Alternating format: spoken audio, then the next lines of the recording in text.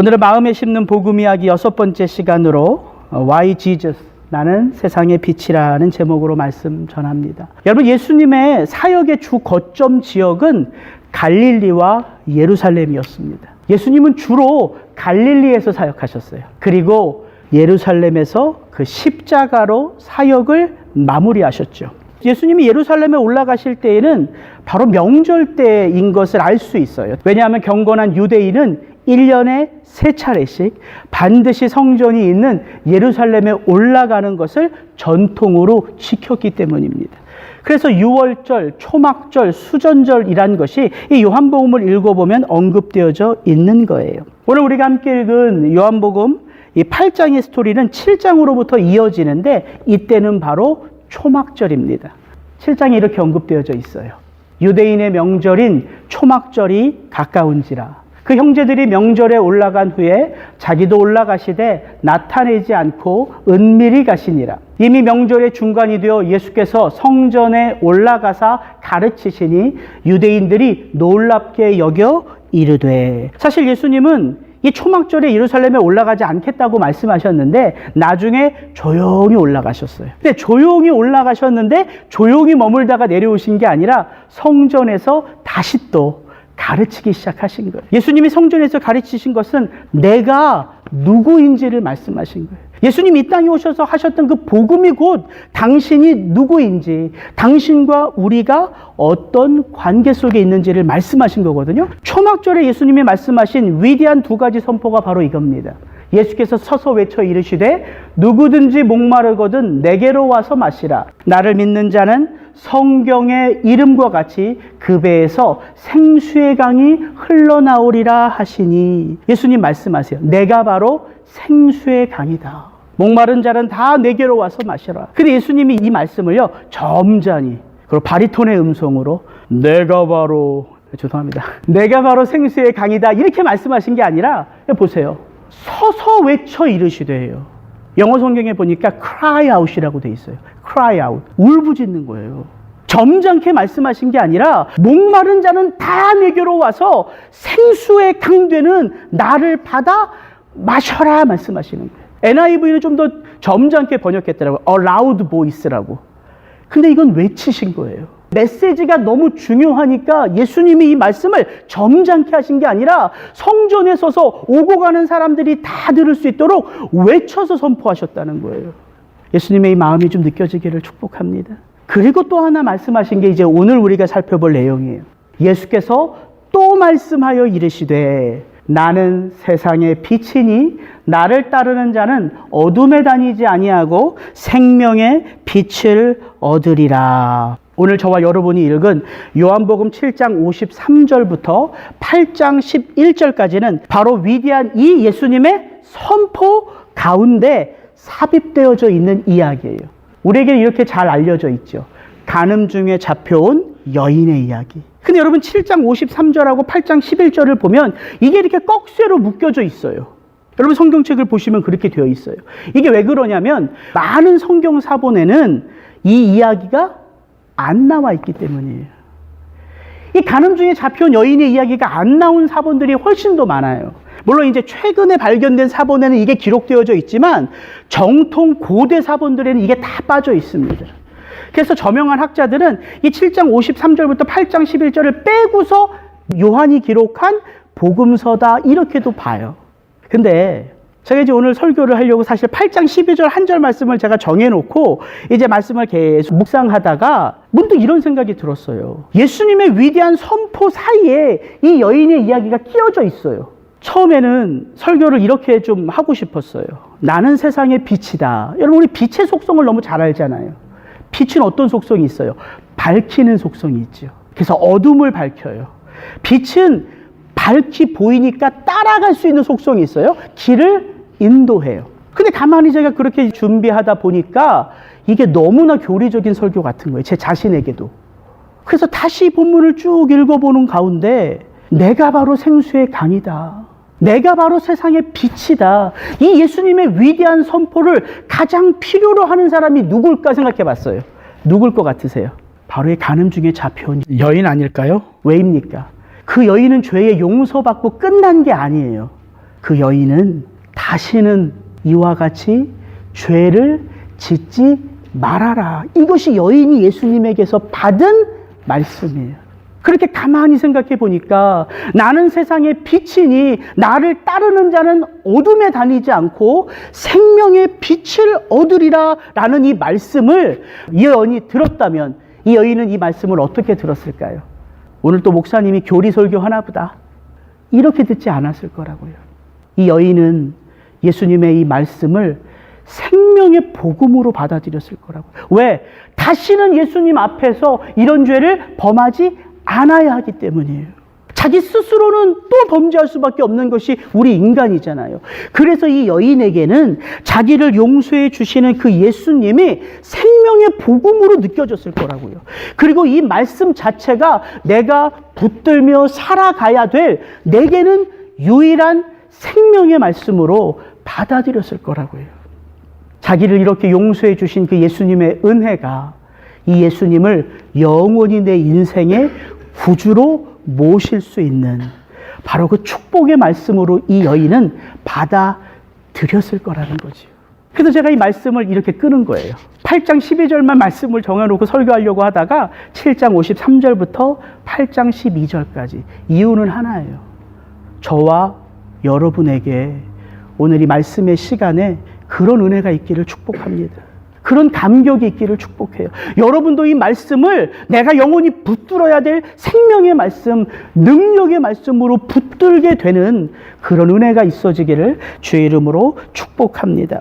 여러분, 왜 우리에게 생명의 빛 되신 예수가 필요한지, 왜 우리는 그 빛을 따라 그 빛을 쫓아 살아가야 하는지 오늘 말씀은 그것을 좀 한번 풀어 여러분과 함께 은혜를 나누기 원합니다. 우리 2절부터 5절 말씀 같이 한번 읽습니다. 2절부터 5절입니다. 아침에 다시 성전으로 들어오시니 백성이 다 나와 오는지라 앉으사 그들을 가르치시더니 서기관들과 바리새인들이 음행 중에 잡힌 여자를 끌고 와서 가운데 세우고 예수께 말하되 선생이여 이 여자가 간음하다가 현장에서 잡혔나이다. 모세는 율법에 이러한 여자를 돌로 치라 명하였거니와 선생은 어떻게 말하겠나이까. 예수님의 그 권위 있는 가르침이 그 초막절 기간 동안에 예루살렘 성전에서 선포되기 시작했어요. 근데 사람들이요, 그 가르침을 들으니까 그 예수님의 가르침이 바리새인이나 서기관들과 같지 않은 거예요. 그분에게는 무언가 다른 권위를 느꼈어요. 하나님과 같은 그 권위. 여러분, 그 권위가 우리 속에 느껴질 때 우리의 발걸음이 옮겨지는 거예요. 읽어보세요. 아침에 다시예요. 아침에 다시 예수님이 성전으로 들어오시니 누구들이 벌써 예수님을 맞이하고 있어요? 백성들이에요. 여러분, 교회 와서 설교 좀 들으십시오. 이게 아니에요. 예수님의 가르침에 귀가 열리고 마음의 은혜를 체험한 바로 그들이 이 명절에 예수님 앞에 나와왔다는 거예요. 여러분, 일주일간 지속되는 초막절에는요, 밤마다 어떤 행사가 있냐면 여인의 뜰에 크게 세운 금 촛대를 세워서 거기에 불을 붙이고 그 앞에서 축제를 벌여요. 밤 늦게까지 술을 마시고 포도주를 마시고 축제를 하며 시를 읊고 교제를 나눠요. 그게 초막절의 행사예요. 밤 늦게까지 그런 일들이 있었음에도 불구하고 이른 아침에 예수님을 쫓아 백성들이 나와 그 말씀을 들었다는 거예요. 한창 그 말씀을 듣고 있는 그때예요. 이렇게 예수님이 이렇게 삥 둘러서 말씀을 전하는데 바리새인과 서기관들이 음행 중에 잡힌 여인 하나를 데리고 와서 어디에 세웠다고요? 말씀이 선포되는 그 가운데 세웠다는 거예요. 어떻게 됐겠어요? 웅성웅성했겠죠. 그 여인이 간음 중에 잡혔대요. 제대로 옷을 입었겠어요? 급하게 잡혀온 이 여인이 그 앞에 딱 서고 바리새인과 서기관들이 예수님에게 말씀하시는 거예요. 이 여자가 간음하다가 현장에서 잡혔는데 모세의 율법에는 이러한 여자를 돌로 치라 명하였는데 선생님 어떻게 하겠습니까? 이거예요.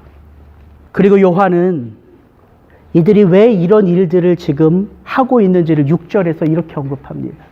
그들이 이렇게 말함은 고발할 조건을 얻고자 하여 예수를 시험함이라. 다른 이유가 아니에요. 이 사회 가운데 죄악을 뿌리 뽑고자 하는 열심 때문이 아니에요.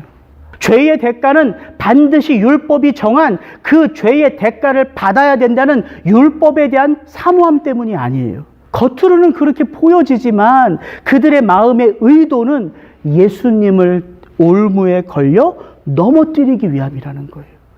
그것을 요한은 시험함이라 이렇게 표현했어요. 여러분, 하나님만 우리를 시험할까요? 공교롭게 지난 이번 주 수요일 날 또 그런 주제가 나왔어요. 하나님이 아브라함을 시험하사. 예. 그러면 하나님만 우리를 시험하실까요? 사탄만 우리를 시험할까요? 아니요. 성경을 보면 인간들이 그 하나님을 시험하는 장면들이 굉장히 많이 나와 있습니다. 하나님이 우리를 시험할 때 그 시험은요, 동기가 우리의 믿음을 격발하시기 위함이에요. 우리가 살아가는 이 땅 가운데 바로 예수님에 대한 믿음이 어떤지 그 믿음을 우리로 돌아보게 하셔서 그 믿음을 격발하여 하나님의 거룩함에 조금 더 가까이 가도록 하기 위한 것이 하나님의 시험이에요. 근데 인간이 하나님을 시험할 때는 그 마음의 동기가요, 이거예요. 당신이 정말 내 인생의 주인 되려면 보여줘 봐. 그 능력을 한번 보여줘 봐. 당신이 그렇게 내 인생을 이끌어가는 나의 아버지 되고 싶으면 한번 나에게도 나타나 봐. 여러분, 이게 시험이에요. 이 시험이 계속되는 거예요. 이게 인간이 하나님을 시험하는 거예요. 어디에서 인간이 하나님을 처음 시험합니까? 창세기의 에덴 동산에서. 출애굽을 한 이스라엘의 광야길에서. 오늘도 이 땅을 죄악 가운데 살아가는 이 땅에서 하나님을 시험하고자 하는 그 인간들의 죄의 욕망은 끊임없이 격발되어지고 있어요. 이 마음이 바로 사탄에게 붙들림 받아 넘어지는 마음이에요. 여러분, 이 마음은 숨길 수 있는 마음이 아닙니다. 드러나는 거예요. 바로 이 예수님을 시험하는 이 상황 가운데 예수님이 서셨어요. 예수님이 어떻게 반응하셨을까요? 첫째, 예수님이 당황하지 않으셨어요. 어떻게 말할까? 이게 진퇴양난이잖아요. 돌로 치라 할 수도 없고 돌로 치지 말라 할 수도 없는 진퇴양난이에요. 근데 예수님이 당황하지 않으셨어요. 예수님이 놀라지 않으셨어요. 마치 이 예수님을 제가 묵상하는 가운데 예수님이 이런 마음이신 것 같아요. 그럼 그렇지. 너희들이 내게 다가오는 이유가 다른 것 있겠니? 나를 넘어뜨리기 위함이지. 예수님이 반응하지 않으시고요, 엎드리셨어요. 그리고 땅에 무엇인가를 쓰시기 시작하셨어요. 당신의 손가락으로. 그러니까 이 바리새인과 서기관들이 이때다 예수님을 재촉하는 거예요. 한번 말해보라고. 계속해서 바리새인과 서기관들이 예수님을 재촉합니다. 그때 예수님이 이렇게 말씀하세요. 너희 중에 죄 없는 자가 먼저 돌로 치라 하시고 다시 또 몸을 굽혀 손가락으로 땅에 쓰시니 그들이 이 말씀을 듣고 양심의 가책을 느껴 어른으로 시작하여 젊은이까지 하나씩 하나씩 나가고 오직 예수와 그 가운데 섰는 여자만 남았더라. 놀라운 장면이에요.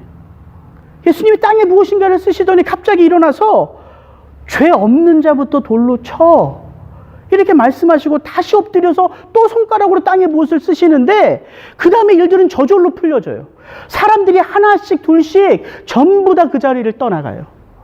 이게 우리만 놀란 게 아니라요. 기독교 역사상 이 본문의 이 대목이 모든 사람들에게 궁금한 거예요. 이 놀라운 장면에 도대체 예수님은 땅에 무엇을 쓰고 계셨을까? 이것이 학자들의 연구 대상이에요. 수많은 논문이 나왔어요. 저도 굉장히 궁금했었거든요. 오늘 제 해석은 저의 해석이 아닙니다.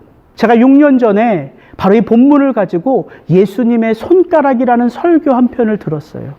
우리 선배 목사님의 설교를. 예수님의 손가락. 제목도 안 잊어버려요. 그 목사님이 해석하신 바로 그 해석이에요. 왜냐하면 제 속에요, 6년이 지나도요, 그 설교의 내용이 하나도 잊혀지지 않아요. 여러분, 지난주 설교 내용 기억하세요? 기억 안 나죠? 제목만 기억해도 많은 거 기억하는 거예요. 근데 그 설교의 내용이 잊혀지지 않았다는 말은 무슨 뜻일까요? 제가 큰 은혜를 받았다는 거예요. 저는 그 은혜가 여러분에게도 있기를 축복합니다. 많은 학자들이 그럼 분명히 예수님이 제7계명을 기록했을 거다. 간음하지 말라. 어떤 사람들은 아니다. 제10계명의 9계명을 기록했을 것이다. 내 이웃을 향하여 거짓 증거하지 말라.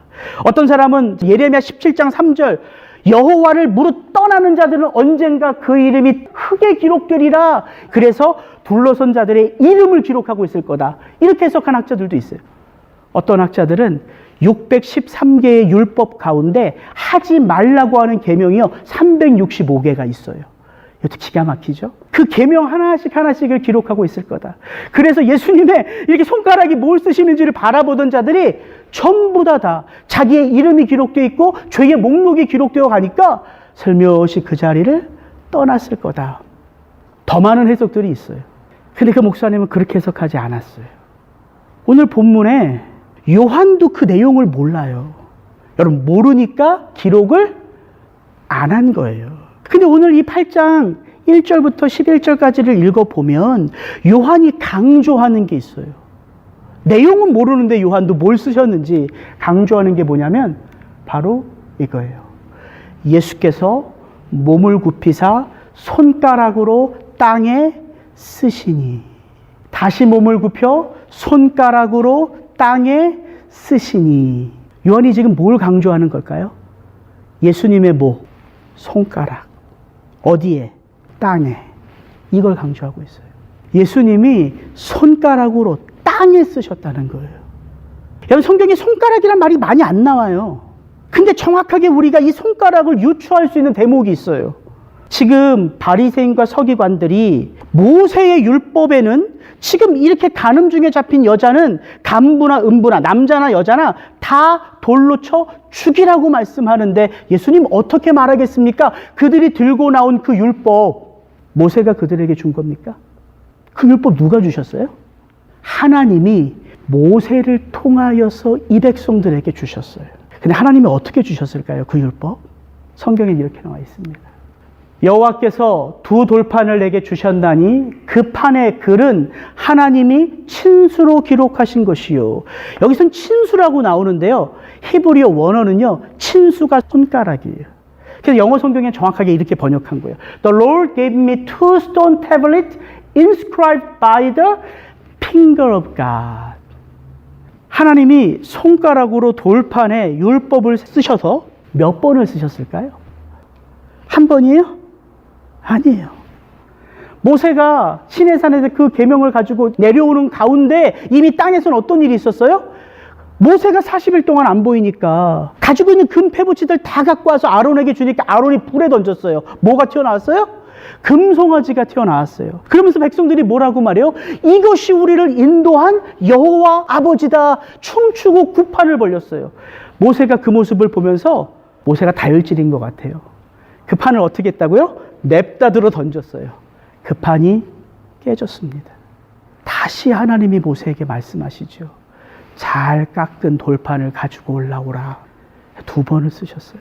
제가 그게 납득이 되더라고요. 선배 목사님이 그렇게 설교하는 게 제게 납득이 돼요. 예, 손가락은 바로 예수님이 간음한 여인이 죄 있다 죄 없다 말씀하시기 전에 그 여인을 정죄하고자 둘러선 그 모든 사람들이 실체가 뭔지를 예수님이 보여주시기 원한 거예요. 우리의 죄된 실체가 어떻게 드러나요? 저와 여러분이 이렇게 마주보면 우리 안에 있는 죄의 목록들이 드러나요? 안 드러나요. 저와 여러분들은 다 죄인이기 때문에. 우리가 죄인인 것은 누구 앞에 설 때 드러나요? 거룩하신 여호와 앞에. 그분 앞에 우리가 그분을 대면하여 설 때 우리의 죄됨이 드러나는 거예요. 예수님의 손가락이 만약에 하나님의 그 친수였다면 땅은 뭘 의미할까요? 땅. 흙하면 생각나는 게 뭐예요? 사람. 아담이라는 이름이요. man이라는 뜻도 있고요. 아담 자체가 흙이라는 뜻이에요. 흙. 아담아, 흙. 창세기 3장에 사탄에 의하여 범죄한 아담과 하와를 하나님께서 심판하시죠. 저주의 심판을 선포해요. 그 장면을 창세기는 이렇게 기록합니다. 아담에게 이르시되 내가 네 아내의 말을 듣고 내가 네게 먹지 말라는 나무의 열매를 먹었은즉 땅은 너로 말미암아 저주를 받고 너는 평생에 수고하여야 그 소산을 먹으리라. 내가 흙으로 돌아갈 때까지 얼굴에 땀을 흘려야 먹을 것을 먹으리니 내가 그것에서 취함을 입었음이라. 너는 흙이니 흙으로 돌아갈 것이니라 하시니라. 여러분, 인간이 어떻게 인간 되었습니까? 인간이요, 흙으로 빚어졌어요. 하나님이 인간을 흙으로 빚으셨고 그 코에 하나님이 생기를 불어넣으셔서 살아나는 생명이 되었어요. 인간은 흙이에요. 근데 그 흙이 하나님의 은혜에 닿으니까 살아나는 생명이 됐어요. 그래서 하나님의 자녀가 된 거예요. 그런데 그 흙인 인간이요, 그 마음에 정말 하나님만 하나님의 역할을 할까? 나도 뭔가 하나님처럼 닮아서 나도 뭔가 할 수 있는 것 같은데, 이게 이 마음이 인간에게 있어서 사탄의 유혹을 받은 거 아니에요. 그래서 죄를 범했어요. 그리고 죄를 범한 인간에게 하나님이 주신 심판이 뭐냐면 흙에서 일하라는 거예요. 여러분, 인간은 수고해서 먹는 존재가 아니에요. 모든 것을 다 정복하고 다스린다는 게, 정복하는 게 싸워서 정복하는 게 아니라 관리하는 거예요. 하나님이 다 인간에게 주셨어요. 근데 인간이 범죄하니까 땅이 인간 때문에 저주를 받았어요. 땅은 너로 말미암아 저주를 받았고 너는 저주를 받아 그 땅에서 수고해야지만 먹을 것을 먹는다. 왜 하나님이 아담에게 땅에서 일하라고 시켰을까요? 네가 어디서 왔는지를 돌아보라 이거예요. 이 심판 속에도 은혜가 있어요. 너는 흙이야. 너는 이제 이 죄악 때문에 흙으로 돌아가야 돼. 흙인 내가 흙으로 돌아가는데, 흙인 내가 흙으로 돌아가기 전에 누구를 만나서 거듭나야지만 영원한 생명으로 부활한다고요? 예수. 그게 지난주 설교잖아요. 생명의 떡 되신 예수를 먹어야지만 흙이 흙으로만 돌아가는 게 아니라, 영원한 죽음으로 부활하는 게 아니라 영원한 생명으로 부활하기 때문에 예수님이 당신을 생명의 떡이다 말씀하신 거예요. 흙은 다른 것을 상징하는 게 아니라 죄된 인간의 모습을 보여주는 거예요. 여러분 잘 생각해 보세요. 하나님이신 예수님이 그 흙에 무엇을 대셨다고요? 하나님의 친수를 대셨다고요. 무슨 의미일까요? 죄악 가운데 있는 이 땅을 방관하고 내버려 두신 것이 아니라 죄악 가운데 있는 이 땅에 예수님이 간섭하러 들어오셨다는 거예요. 이 여인과 예수님만 남았습니다. 바로 그 대화를 좀 같이 한번 읽겠습니다. 예수께서 일어나사 여자 외에 아무도 없는 것을 보시고 이르시되 여자여 너를 고발하던 그들이 어디 있느냐? 너를 정죄한 자가 없느냐? 대답하되 주여 없나이다. 예수께서 이르시되 나도 너를 정죄하지 아니하노니 가서 다시는 죄를 범하지 말라 하시니라. 여러분, 예수님이요 지금 이 여인에게 너 죄 없다 이렇게 말씀하신 것 같으세요? 아니죠.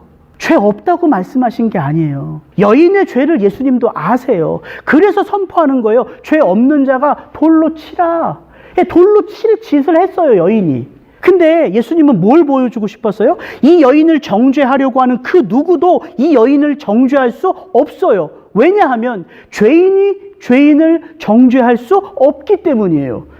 누구만 죄를 정죄할 수 있어요? 하나님이신 예수님. 근데 하나님이신 예수님이 이 여인에게 죄를 정죄하겠다 말씀하세요? 아니에요. 나도 너를 정죄하지 않겠다. 예수님이 이 땅에 오신 목적이 기록된 거예요. 예수님 이 땅에 왜 오셨어요? 자기 백성을 정죄하시기 위하여? 아니요. 구원하시기 위하여. 이게 성경의 주제잖아요. 죄인된 우리를 구원하시기 위하여 예수님이 이 땅에 들어오셨어요. 근데 여러분, 예수님이 지금 우리에게 죄는 그렇게 큰 게 아니야. 네가 내 앞에 있으니까, 하나님 된 내 앞에 있으니까 너는 그 죄를 씻을 수 있어. 너는 그리고 그 죄에 자유롭게 살 수 있어. 이렇게 말씀하신 게 아니에요. 저는 우리가 요즘 생명의 삶 계속 예레미야를 묵상하잖아요. 여러분, 예레미야서에 보면 거기에 거짓 선지자들이 나와요. 예레미야는 이 유다 땅의 멸망을 예언하고 그래서 마음이 급한데 거짓 선지자들은 어떻게 예언해요? 평강하다, 평강하다, 평강하다 할지어다. 이 성은 하나님이 계시는 하나님의 성전인 예루살렘이니까 이 성은 무너지지 않을 것이다. 잠시의 시련은 우리를 위한 하나님의 축복이 될 것이다. 지금 거짓 예언자들은 그렇게 선포해요. 그들의 그 외침, 평강하다, 평강하다, 평강할지어다, 이 외침은요, 그들의 내면으로 들을 수 있는 소리가 아니었어요. 여러분, 말씀이요, 내면에 들려지면요, 사람들은요, 그 말씀이신 하나님을 보게 돼요. 그게 바로 한 사람 한 사람이 왜 떠났다고 생각하세요? 저는 이 가늠한 여인을 둘러싼 많은 유대인들이요, 제가 설교했던 이 내용을 다 그들도 이해하고 떠나간 거라고 생각지 않아요. 그 사람들은 영적으로 가리워진 자들이에요. 그들은 지금 예수님이 하나님이신 것도 모르고 당신 앞에 있는 예수님이 당신들의 죄를 다 정죄할 수 있는 분인지를 몰라요. 근데 모름에도 불구하고 양심의 가책을 받고 하나씩 노인으로부터 어린아이까지 떠나갔더라, 이렇게 말해요. 왜 떠나갔을까요? 죄 없는 자는 돌로 치라는 말씀이 그들의 마음 심령에 울렸기 때문이에요. 귀로 듣는 말씀이 아니라 그들의 마음에 울리는 말씀이었다고요. 여러분, 그게 말씀의 권능이에요. 예수님은 그 말씀으로 이 땅에 오신 거예요. 그 말씀이 우리를 구원했고 그 말씀이 우리를 인도하는 거예요. 왜 말씀이 선포되는 자리가 복된 자리입니까? 왜 말씀의 단이 복된 자리예요? 목사들이 설교를 잘해서요? 그거 아닙니다. 이 설교 가운데, 메시지 가운데 말씀이신 예수님을 내 마음에 받기 때문이에요. 그래서 축복이 뭔지 아세요? 말씀이 들려지는 게 축복이에요. 다른 게 축복 아닙니다. 내가 이 말씀을 읽는데 이 말씀이 예수님의 음성으로 들려와요. 그게 축복이에요. 우리 신학교 때 교수님 가운데 고린도 후서에 위대한 석학이 계셨어요. 그분의 주석으로 많은 신학교들이 공부를 해요. 그 수업을 들은 전도사님이 와서 저한테 받은 감동을 얘기하는 게 아직도 잊혀지지 않아요. 첫 수업에 딱 들어갔더니 그 교수님이 고린도서 1장 1절을 헬라어로 쫙 읽으면서 이렇게 얘기하더래요. 여러분, 저는 이 고린도서를 20년 이상 연구했던 사람입니다. 오늘도 수업을 들어오기 위하여 고린도후서 1장을 펴서 읽는데 하나님이 저에게 눈물을 주십니다. 은혜를 주십니다. 저는 여러분들이 위대한 석학이 아니라 하나님의 말씀 앞에 울 수 있는 목사가 되기를 원합니다. 그거를 이 전도사님이 감동을 받고 저한테 전하는 거예요. 제가 그때 깨달았어요. 무엇이 은혜인지. 말씀이 들려지는 게 은혜예요. 여러분, 듣고 싶다고 들려지는 게 아닙니다. 내가 그 말씀을 듣고 싶다고 해서 들려지는 게 아니에요. 하나님의 은혜가 나를 덮어야지만 들려지는 거예요. 사람들이 예수님의 그 말씀에서 하나님의 권위를 들으니까 떠나가는 거예요. 그 양심의 가책으로 돌을 들지 못하는 거예요. 그러니까 예레미야서를 우리가 읽어보면 그렇게 거짓으로 예언하는 자들의 외침 속에 회개가 없어요. 근데 여러분, 예레미야서를 읽으면서 예레미야를 한번 보십시오. 어떤 마음이 드는지. 하나님이 예레미야에게요, 이렇게 너는 광야에 외치는 자의 소리야. 기계적으로 내가 이렇게 말할 테니까 넌 가서 이렇게 전해. 이게 아니에요. 내가 이 백성을 멸망시키겠다. 그럼 예레미야가 그 말씀을 딱 듣고 가서 성전에 올라가서 백성들에게 하나님이 멸망할 것이다, 이렇게 하고 내려오는 게 아니에요. 예레미야의 마음이 터져요. 예레미야가 가슴을 칩니다. 예레미야가 눈물을 흘려요. 예레미야가 그 백성들의 반응에 귀를 기울여요. 왜입니까? 기계가 아니에요. 패역한 그 백성들의 삶이 예레미야의 삶 속에 나타나는 거예요. 그게 예레미야서 20장에 이렇게 예레미야가 고백합니다. 대저 내가 말할 때마다 외치며 강포와 멸망을 부르짖으오니 여호와의 말씀으로 인하여 내가 종일토록 치욕과 모욕거리가 됨이니이다. 내가 다시는 여호와를 선포하지 아니하며 그 이름을 말하지 아니하리라 하면 나의 중심이 불붙는 것 같아서 골수에 사무치니 답답하여 견딜 수 없나이다. 왜 예레미야가 답답해요? 왜 그 말씀이 자기의 마음속에 불같이 일어나요? 왜 골수에 사무쳐요? 예레미야는 아무 잘못도 없고 그는 하나님의 음성을 듣는 위대한 선지자였는데 그 백성들의 패역함이 예레미야의 마음속에 느껴지기 때문이에요. 여러분, 예수님이 이 여인을 용서한 건 그래서 거짓 선지자들의 그 외침이 아니라는 거예요. 내가 너를 용서할 테니까 다시는 죄를 짓지 마, 돌아가, 이게 아니에요. 여인은 돌에 맞을 짓을 했어요. 여러분, 율법을 누가 주셨어요? 하나님이 주셨어요. 그래서 그 율법을 어기면 안 되는 거예요. 율법은 나쁜 게 아니에요. 그럼 하나님도 잘못된 분이 되잖아요. 율법은 하나님이 주신 거예요. 그래서 예수님은 그 율법도 지키며 여인도 구해내요. 어떻게? 누가 여인 대신 그 정죄함을 받는 것입니까? 예수님이에요. 말로 여인을 치유한 게 아니라요, 여인의 그 모든 수치와 여인의 그 모든 죄, 정죄할 자격도 없으면서 그 여인을 정죄하려고 했던 그 둘러선 모든 죄인들, 하나님이신 예수님을 올매에 걸려 넘어뜨리려 하는 바리새인과 서기관들의 그 모든 죄 누가 감당한다고요? 예수님이 감당하신다고요. 그래서 이제 12절 말씀이 앞에 스토리와 연결되는 거예요. 예수께서 또 말씀하여 이르시되 나는 세상의 빛이니 나를 따르는 자는 어둠에 다니지 아니하고 생명의 빛을 얻으리라. 그럼 예수님이요, 나는 세상의 빛이다 라고만 말씀하신 게 아니에요. 나는 세상의 빛이니 나를 따르는 자들은 어둠에 다니지 아니하고, 그렇게 어둠에 다니지 아니할 바로 그들의 마음 심령 가운데 뭐가 된다고요? 예수님이 생명의 빛이 된다고요. 세상의 빛이 생명의 빛이 되는 거예요.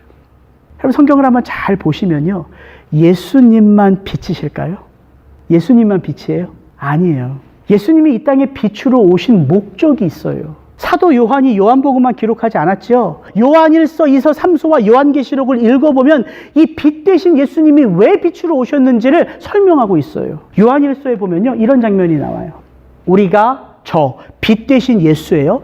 우리가 빛 대신 예수에게서 듣고 너희에게 전하는 복음의 복된 소식은 이것이니, 그 다음 뭐라고요? 곧 누가 빛이라고요? 하나님은 빛이시라. 하나님에게는 어둠이 조금도 없으시니라.